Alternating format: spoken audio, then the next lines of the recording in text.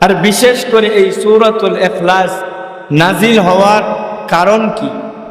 এই সূরাতুল ইখলাস নাজিল হওয়ার কারণ হলো আল্লাহর নবী জনাব মুহাম্মদুর রাসূলুল্লাহ সাল্লাল্লাহু আলাইহি ওয়াসাল্লাম যখন মুশরিকিনা